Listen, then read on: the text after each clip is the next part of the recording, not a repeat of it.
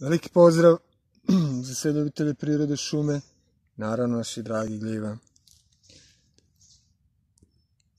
Kao što možete vidjeti, nalazim se pored jednog starog panja koji je već u fazi raspadanja.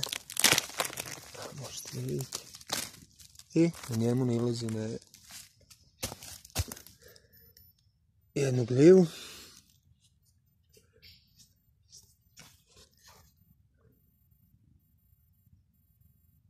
Koja od gore ima kao neke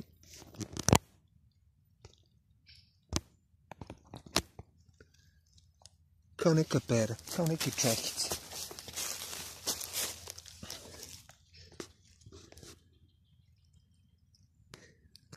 Možete da vidite, a dole ima, znači ima rupice.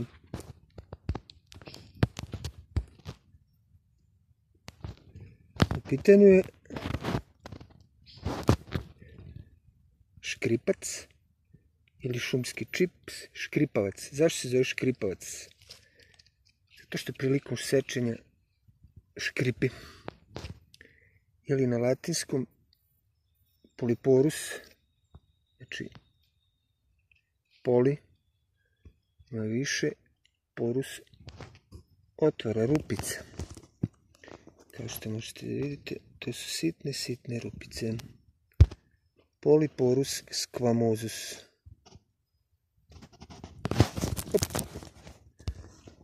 To su te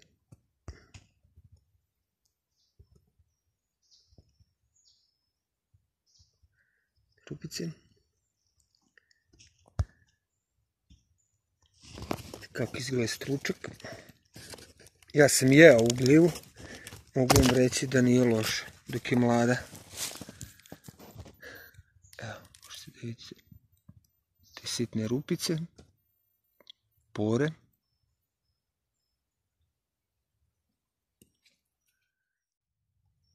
Možemo da vidimo gljivu u preseku.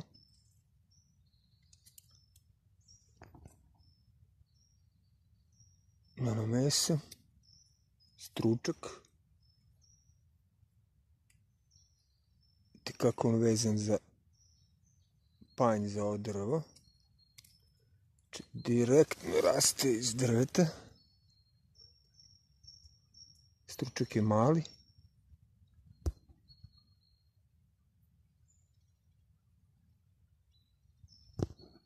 To su te rupice.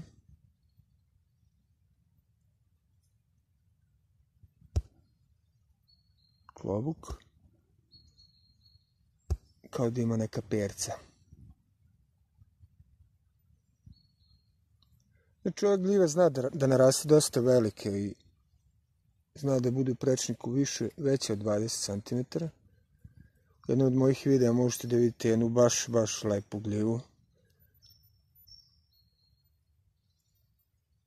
koju sam našao dok je bilo kišno vreme i tamo početkom leta, krajem proleća. Gljiva već dosta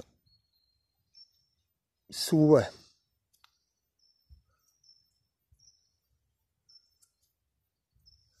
Evo ga. Kožica se ljušti.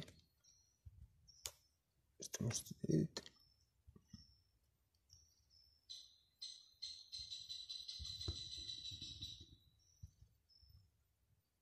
U sredini ova perca su tamnija i gušće. Vidite da ih ima više.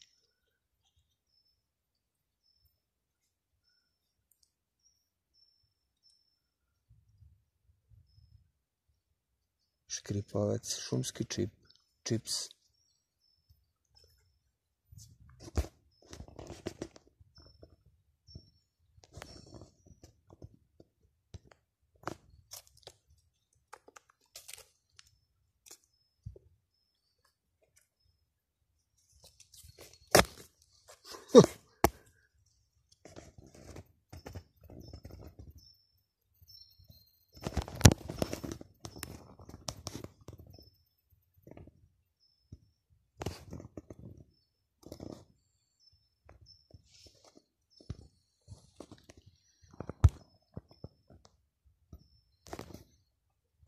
Veliki pozdrav!